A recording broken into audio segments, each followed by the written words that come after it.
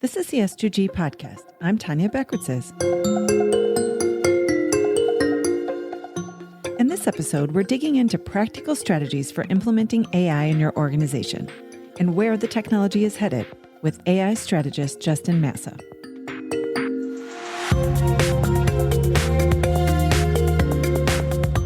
This podcast is for informational purposes only and should not be construed as legal, business, tax, or investment advice, nor should it be used to evaluate any investment or security. It is not directed at or intended for any current or prospective investor in any investment vehicle sponsored by S2G. Investing involves risk, including the potential loss of capital. References to specific companies are for illustrative and educational purposes only and do not represent an endorsement or investment recommendation. The views expressed by podcast guests are their own and do not necessarily reflect the views of S2G. For additional important information, please visit s2ginvestments.com/disclosures. You've got to set the stage. You've got to pick a tool and write policy around it and have some governance and be very clear to your employees that this is a tool you want them to use in the workplace. You need to kind of demonstrate and lead with a culture of experimentation. There's no shortage of talk about AI these days, but with all the noise, it can be hard to know what really matters and how to act on it. If you're a CEO, founder, or business leader trying to cut through the hype and understand how to actually integrate AI into your company, this episode is for you. In one of our most actionable conversations yet, Chuck Templeton sits down with generative AI strategist and longtime friend Justin Massa to understand how business leaders and companies should think about and implement AI. Justin brings clear frameworks, real case studies, and a pragmatic approach to a conversation that can be full of buzzwords and murkiness. Chuck and Justin dig into everything from the jagged frontier of AI capabilities to the difference between frontier models and productized applications. They discuss frameworks for thinking about AI use cases, how to build a culture of experimentation, the ethical questions around AI, and most importantly, how to just get started. This conversation is so packed with practical, implementable guidance designed to help you navigate and lead through a rapidly evolving business landscape. So let's get into it.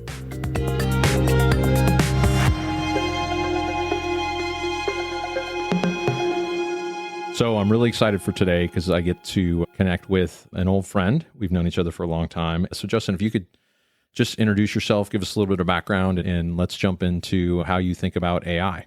Yeah, absolutely, man. So these days, I spend my time as Midwest Quality Consulting, a one-person consulting shop. Been doing this for the last 8 months, and my focus is entirely on helping businesses be successful with generative AI. And I know we'll talk a lot more about that, so I'll be brief. Before this, I was at New Lab. I was on the executive leadership team there for about a year, led business development and consulting. Before that, I was at the design firm IDEO. I was there for 8 years. Did a bunch of different things at IDEO. I was a partner by the time that I left.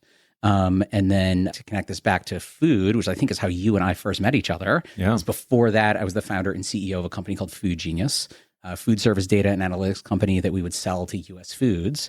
And if memory serves me right, you and I met at the first mentor meeting in the 2011 Techstars class here in Chicago. Interesting. Yeah, that could very well be. I was a Techstars mentor for a little bit there. So yes. Yeah. Excellent. So AI, it's moving so fast right now. And so certainly if we sat there and talked about any specific technology, this podcast would be outdated by the time we published it. And so what I really appreciated about the methodology that you had talked about really is how should CEOs be thinking about this with a technology that's moving so fast? And I thought the way you laid it out and your presentation, I think is super helpful. So if you could just talk through some of that and what some of those frameworks are, that'd be great. Yeah, absolutely, man. So I think one of the things that's really overwhelming for a lot of people right now is just the sheer size and magnitude and diversity of what generative AI brings to the table. And so a lot of what I've been thinking about is like, how does the executive accountability evolve in an AI era? And that can't mean every executive must now keep track of everything that AI can do. Like that would simply overwhelm all of us. So I then start to think about like, how can any executive of a business whittle down or narrow their focus on generative AI to something that like they can actually hold as a core part of their role? So that's kind of the framing. And so to me, the way I think about generative AI is it brings to the table a theoretically unlimited number of capabilities, right? And we're not quite sure. And capabilities we haven't even thought about yet as humans. Absolutely. And how we process or look at ideas or data or any of that. Yes. And the wild part about the technology is that the people who are building it do not know its capabilities as they release those models. Yeah. Right? So the way that I think about this is, and, kind of the term from the research is the jagged frontier of AI, right? Like it has these weird nonlinear capabilities to us as humans. So if you kind of think about generative AI capabilities as existing on this very traditional long tail that extends in infinity over to the right, there's evaluations for some of the most commonly used capabilities. But most businesses are not common capabilities, right? Most businesses are highly unique, highly differentiated capabilities that when combined with another set of choices, give them their ability to win in the market. So the way that I think about generative AI is really, what are the capabilities it brings to the table? What are the capabilities that differentiate your business? And what is the relationship between those two things? Because if generative AI has eaten your business's capability, if it can do what drives your company's differentiation, then any business on earth can buy your differentiation for $20 a month per employee. And that should absolutely freak out every CEO on earth. Right? Yeah. And so talk a little bit about the jagged front end, because you've sort of shown me a chart on XY axis where there's like a frontier of human capability and knowledge. And then this line that sort of weaves through it is the jagged. And so explain what you mean by that. Yeah. So to us as humans, we have pretty linear capabilities, right? Like we would presume if you can do thing one, you can do thing two, and you can do thing three. So like to give you a very specific example, like you're a third grader and I say, hey, third grader, write a sentence telling me what time it is. You should be able to write a sentence by third grade.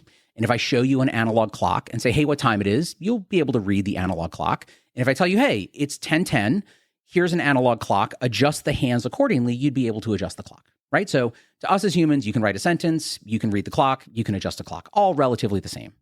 Generative AI capabilities are jagged. They're non-linear. And so they confound our conventional wisdom about if you can do thing one, you can do thing two, right? So to use the same example, any generative AI model can write you any form of poetry about any minute of the day on command, like way beyond what any third grader could ever hope to do. With all but the most capable, newest models, as we record this in the mid-spring of 2025, all but the most capable models, if you ask them what time it is, they will tell you it's 10:10 no matter what they see on the clock, because most clocks on the internet are set to 10:10 and they're just trained off of images on the internet.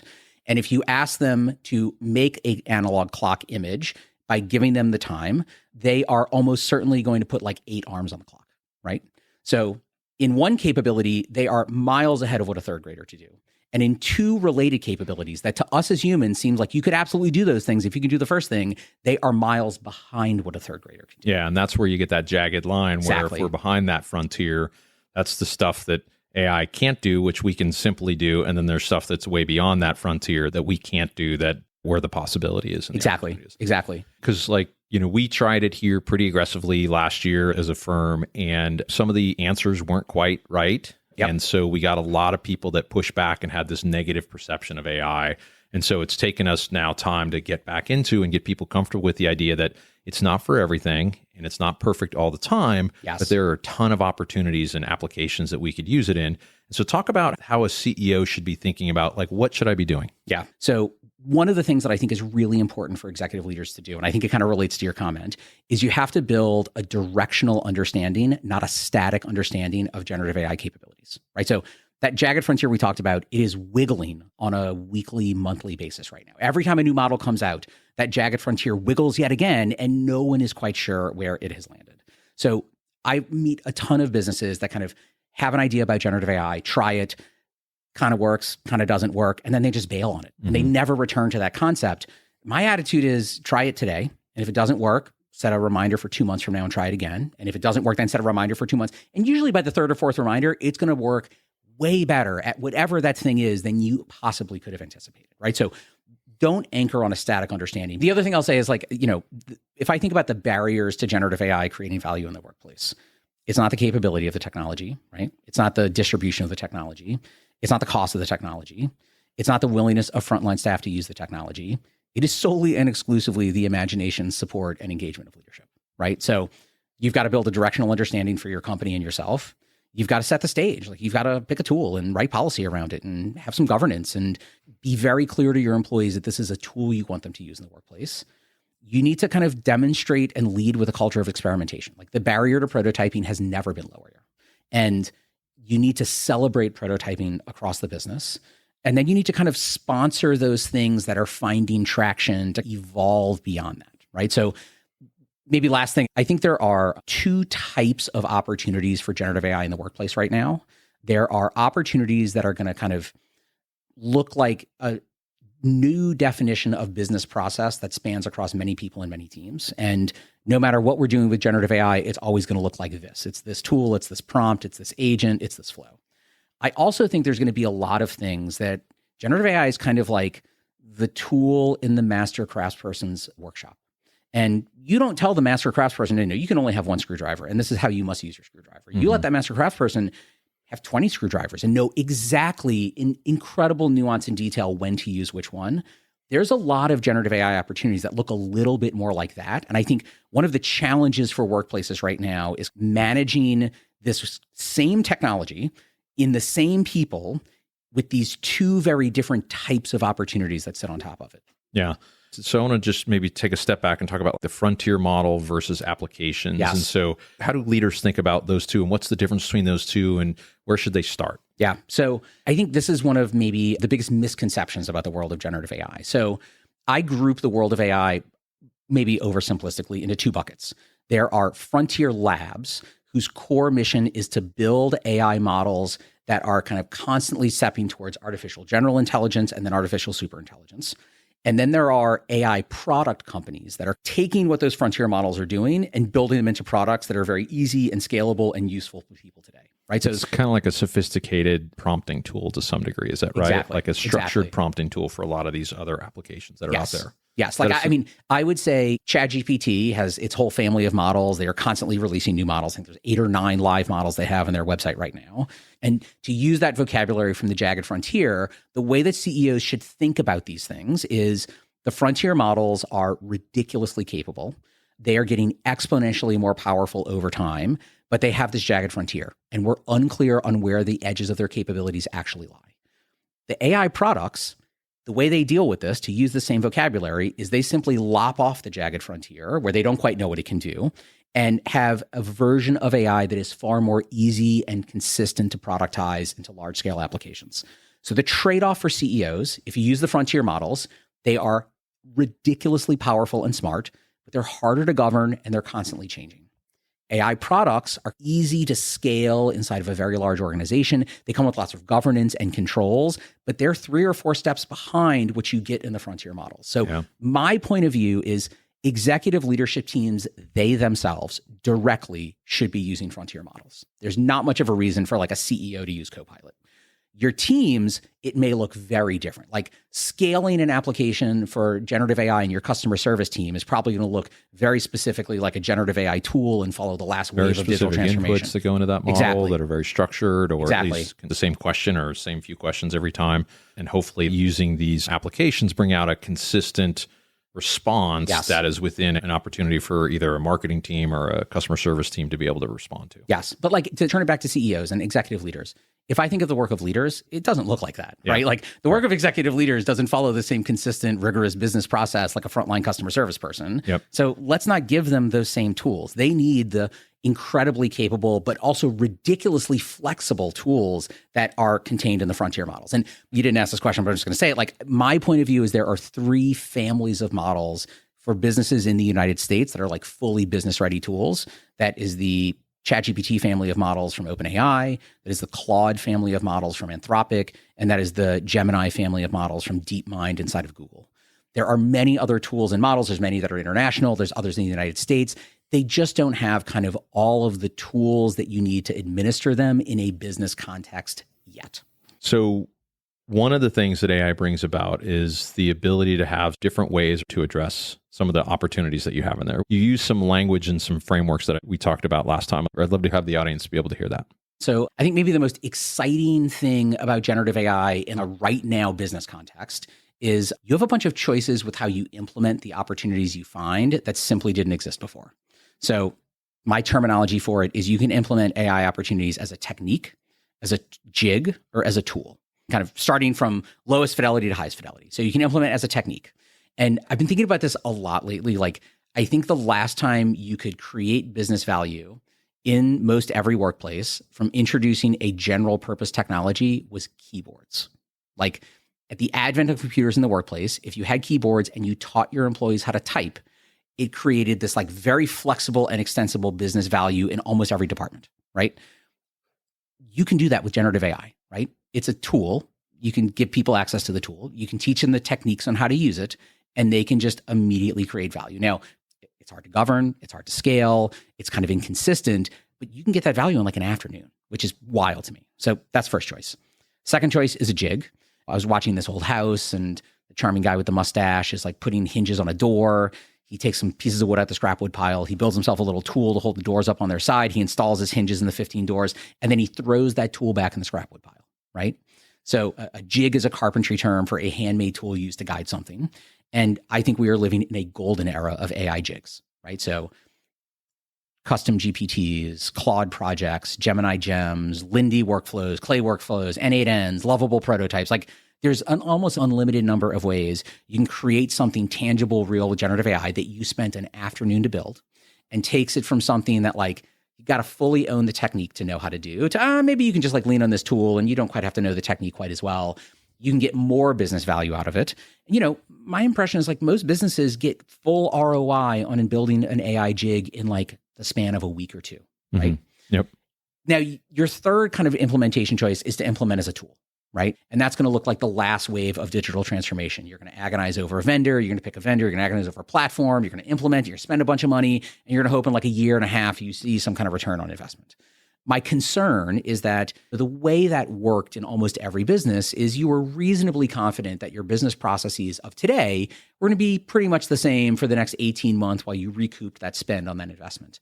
And I don't know that anyone right now can confidently say, my business process of today is going to look exactly the same in 18 months, given the change that generative AI is bringing. Yeah. So I'm not a total skeptic of generative AI tools, but I saw a lot of people that 8 months ago spent large amounts of money on like very complicated RAG applications inside of their business that now that like Claude and ChatGPT do it off the shelf for free and are in very uncomfortable positions in their workplaces because they spent all this money that has zero ROI, right? So my point of view is you need a 6-month pathway to full return on investment of any major investment in like AI technology from a tool perspective right now. Yeah, I agree.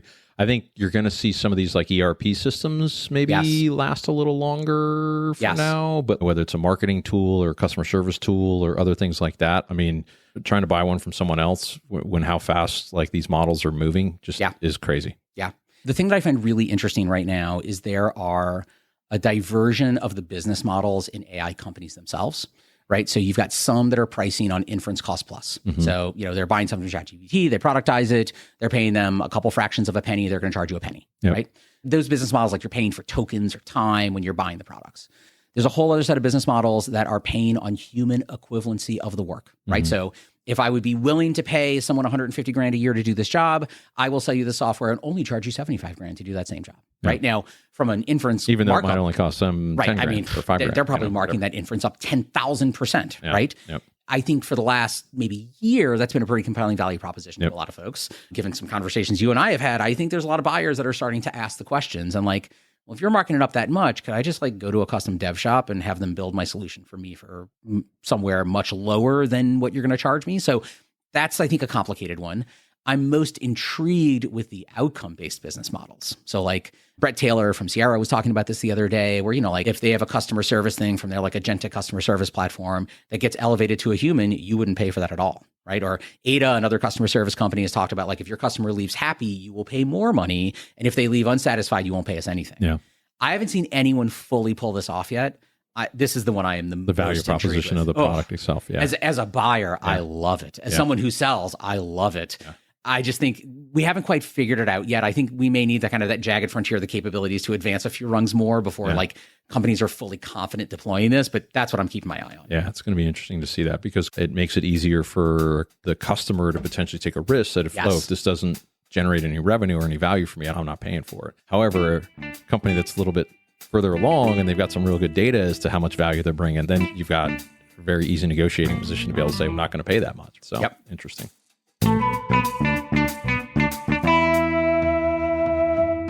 So talk about the idea that you need to be technically minded to get into this. I mean, it sounds like an over obnoxious question, but a lot of sort of senior executives get concerned that, okay, we need to be a programmer or whatever. And so what should a CEO be thinking about as far as like how to start to integrate some of this into their business on a day-to-day basis? Yes. So first and foremost, CEO needs to be a direct user of these tools, right? My metaphor is this is like riding a bike.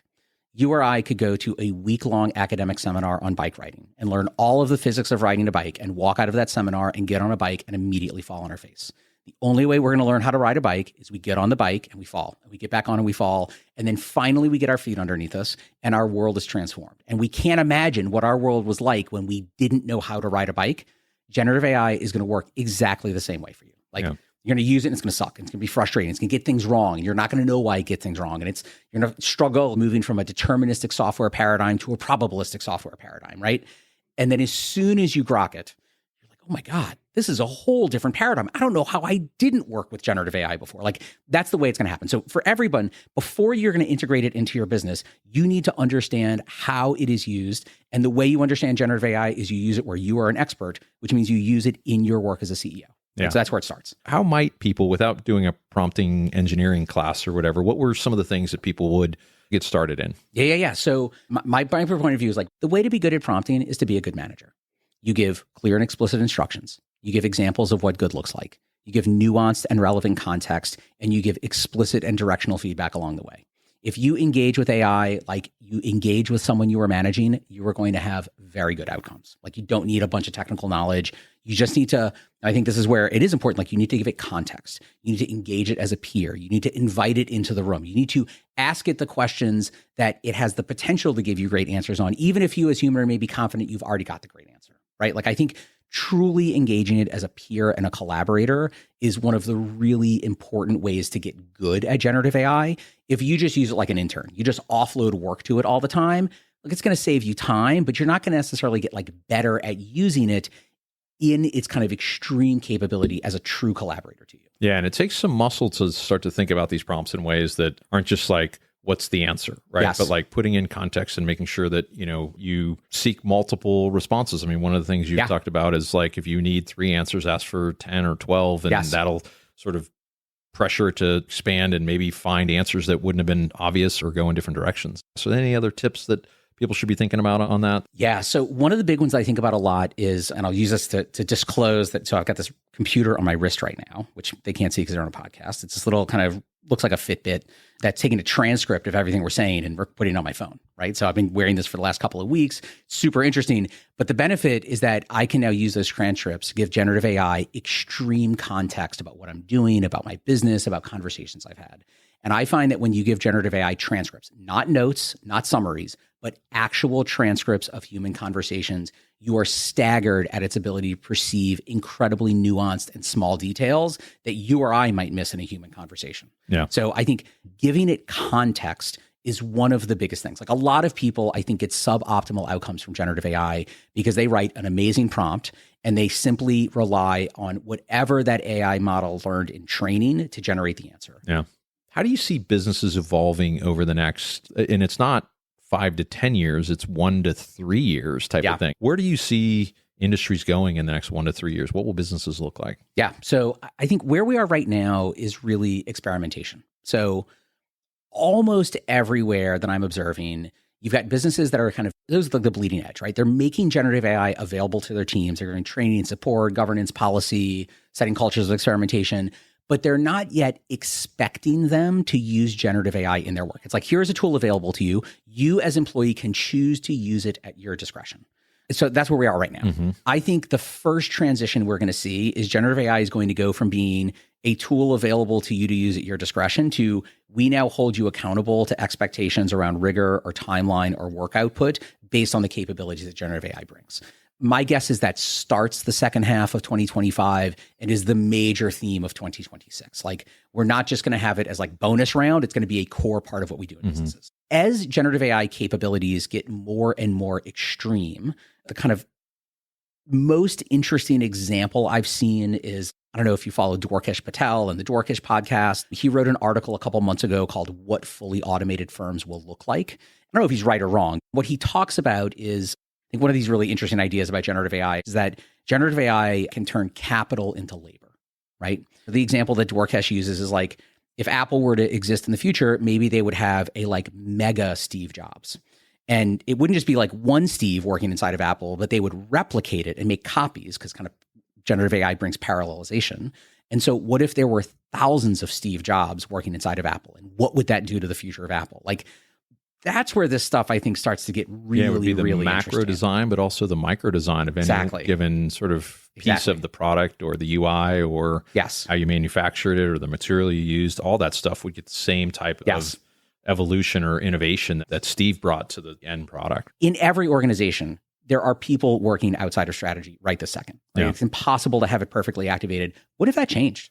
What if you could copy paste the author of strategy into every single part of your organization? Like, I don't exactly know what that looks like yet, but I think that's not that far away. Yeah, and strategy and culture, like, both can be limiting in a good way, like as to what you focus on, what you spend your resources on, where you don't spend resources, and how do you build that strategic advantage based on both of those. So that's fascinating. And so is there a way you've seen anyone so far roll out AI from top down and bottom up to get to at least for now, a happy equilibrium? Or is there examples of companies that you've been able to work with? So yes, but it's complicated. I think one of the most challenging things about working in generative AI, and simultaneously one of the most exciting things, which is that we are mid-experiment and no one knows how this thing ends, right? So I can tell you stuff that, like, early leading indicators seem to be telling me it's working, but we could do this podcast in 8 months and I might tell you that all of this has gone in the trash because it turned out to be very bad. So that's my big caveat. So I'll tell you some stories and they're okay with me naming them. I've been working with Red Antler, the branding firm that I know works actually a bunch of your portfolio companies.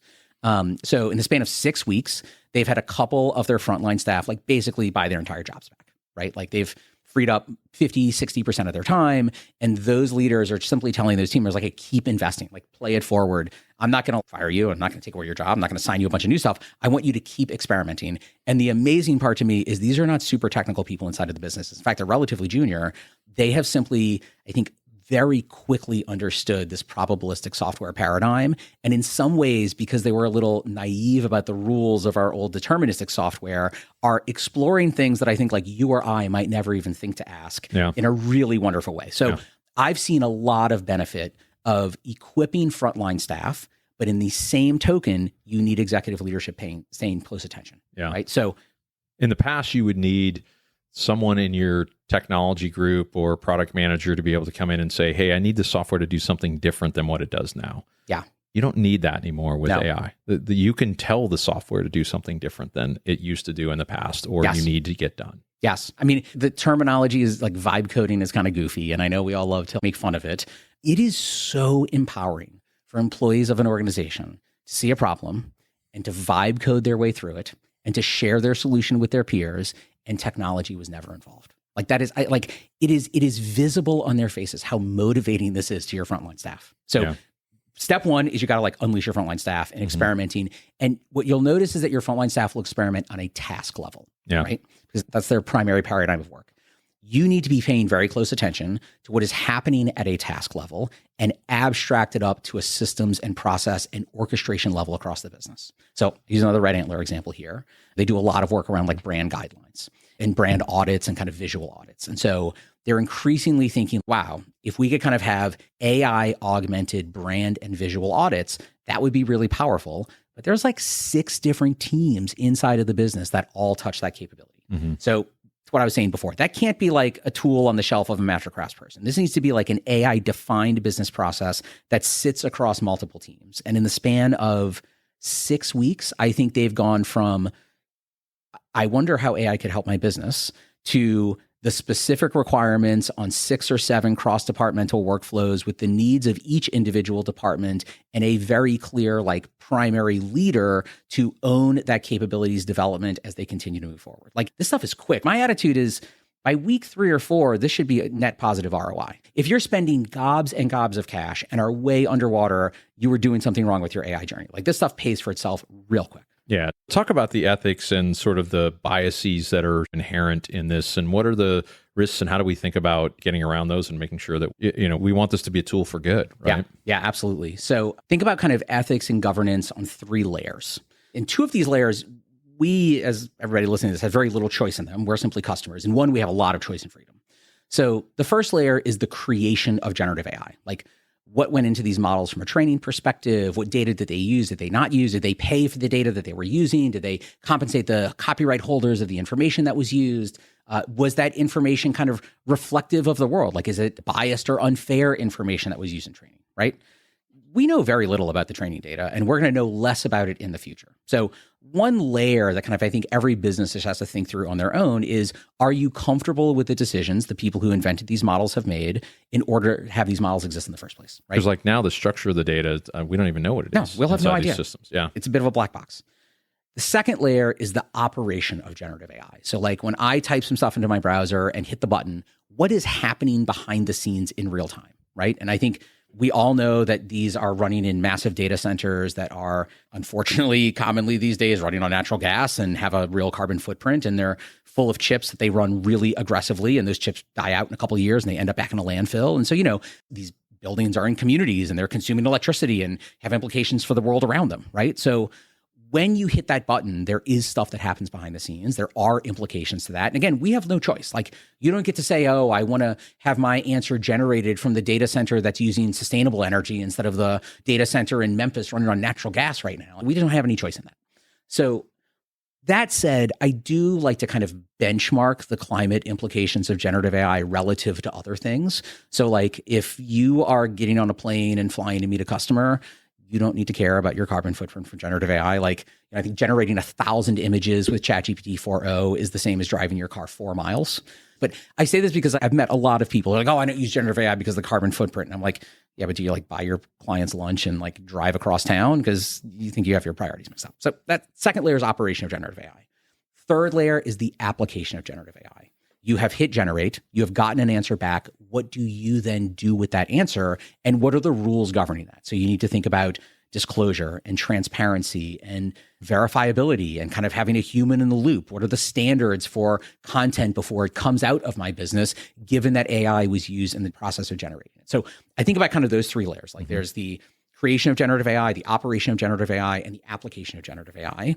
The operation and the creation, you just got to get comfortable with that as a business. It takes a little bit of work, but you do your research, you can get comfortable. The application layer demands an ethics and governance policy for every single business. And don't think you're going to write that policy and you're done. Yeah. You're going to revisit it. I mean, I'm telling people, presume this year you should change that policy 3-4 times. Next year, probably 8 or 9 times. Like I'm guessing we'll get to a point where generative AI policies will be evolving on a bi-monthly basis by 2027. If you have not already gotten your legal team closely involved in AI, please do. They themselves in your AI journey, they will find value very quickly. There's a whole category of legal LLMs that are out there. They can automate their playbooks for them. And in doing so, they will get more comfortable with how to write policy for the rest of the business. Yeah. Because like where the data is being stored. I mean, we're already storing our stuff on Salesforce and Gmail and all this stuff. It's already out in the cloud as it is now. And so this is just the same, but just like you'd have a policy for Salesforce and what you put in there or not. Exactly. And so far, at least in our office, we've seen a lot of the AI has been individual usage rather than collaborating in projects and that kind of stuff. Are there some good tools out there already with collaboration and working across people? Or is it still like a lot of individual stuff and we maybe see some collaboration opportunities down the road? I think it's still pretty early days. Like I've not yet seen a generative AI tool that is intended to be used by a group of people simultaneously. Like if there's some listener to this, please email me. I'd love to know because I really have not seen that tool. I'm presuming it's sooner or later. As we record this, we're right before Google I/O, and they've been talking about this like virtual teammate that could join a meeting and talk to you. They talked about it a year ago. It's still not out. I'm eagerly awaiting for that kind of stuff to emerge. But my sense right now is that generally speaking, when you're using generative AI, it is going to be one person is primarily driving, even if you're like screen sharing and showing somebody else. Yeah. Do you think that's going to evolve over time? Well, sort of things like Notebook LM and things like that are getting there a little bit, but still not quite there yet. Getting closer. The thing that I was going to say, like the one area of businesses where I'm seeing a mountain of success with generative AI, and it's not exactly group, but it's a step closer, is onboarding and offboarding both employees and projects, right? So if you have kind of project-oriented work in the business, you have people that roll on and off of that project at inconsistent moments. My point of view is you can now use generative AI to eliminate human onboarding and offboarding. Like generative AI can completely take that work on. That has pretty big implications for a lot of businesses. And this is where tools like Notebook LM are amazing, right? Like it can do an FAQ for you. It can write a timeline for you. It can do a summary. Like that kind of stuff is really killer, but it can't handle spreadsheets or images. So there's certain things. It's jagged frontier. It's helpful in certain spots, but it's real frustrating in others. Yeah. Okay. So real quick, agentic. Yes. So as we have this conversation in the spring of 2025, I think there are very few actual agents deployed in the world. I think there are a very large number of linear deterministic workflows in a traditional software paradigm that have LLMs slotted in very specific moments to do agentic-y things, right? So there's a lot of argument about what agents mean.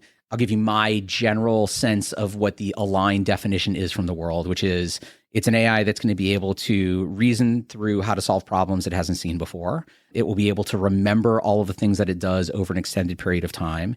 And it will be able to use tools much like you or I could. So it'll be able to read a screen, control a mouse, and control a keyboard, and then do all of the things that a human can do, like copy, paste, and add to documents and open up multiple tabs, right? Essentially, imagine agentic AI that over time, it would be able to do anything a virtual employee could do for you today as the capabilities of the underlying AI model improve, right? Yeah. It's the primary improvement vector for every single frontier lab. And I am very much looking forward to the second half of 2025 when I think those things will actually hit. I have talked to a number of companies that tried to build something fully agentic in the fall of 2024, and they have thrown their work out entirely 2 times in the last 8 months because it is simply too early. Yeah. OpenTable's really trying to lean into agentic AI, as you can imagine, for helping plan weekends, parties, whatever for people. But anyway, kind of funny. So last question, when does the first solo unicorn entrepreneur happen? When does that one person company get worth $1 billion? What's the date on that? I'm going to hold you to it. All right. So my theory is this company's already been founded. It's already been founded. It's already been founded. Okay. I think it already exists. I think it is founded from the jump to be this kind of a company. So like it will never intend to have employees. Yeah. I think the first one is going to hit unicorn status in 2027. Okay. Because $1 billion's a big number. We throw it around like it's not a big number, but it's a big number. I mean, you're saying $1 billion in revenue or $1 billion in value? $1 billion in value. Yeah. I think $1 billion in revenue is... Might take a little longer. I think that's going to take longer. Yeah. Because a lot of companies to trust a single person company with maybe even no board or no other governance. I don't know. I think the human side of that problem is going to be far more... It's going to take far longer to solve than the technology side of the problem. Yeah. Agree. It might be that the companies who are customers of it just don't know, though. Right? Who knows? I mean, I'm really intrigued with, I don't know if this is like the right technology, but like WorldCoin and it's like human verifiability. Like I think knowing who's a human is going to be a big thing. That's a big thing to me as a human. And I think it's always going to be a big thing to us as humans. Yeah. The role that actual, real, live, beating heart human beings play in the way in which we understand businesses is, I think, going to be one of the most interesting things to watch over the next few years. Yeah, the cultural dynamics that are going to be really... And it's funny, we heard that a lot with OpenTable in the early days too, about how is the human interaction and the courtesy and all that stuff like that, because it's part of the experience, right, for a lot of people. So. Yes. But I mean, look, like to use the OpenTable example, I used to eat out a lot more when I was running a food company and got myself into some of those special codes inside of OpenTable, right? And I remember those magical experiences of going to a restaurant and them greeting me by name and knowing what I liked. Like, it was really astounding. Many high-end restaurants could blend this kind of robust technology solution in the back end with human service on the front end to make me feel really magical, right? I'm excited about those kind of moments in our AI future. Yeah, that's going to be fun. That's the opportunity for sure. Yeah. Justin, fantastic conversation today. Love your perspective. Really appreciate your time. Thanks so much, man. This was a blast. All right.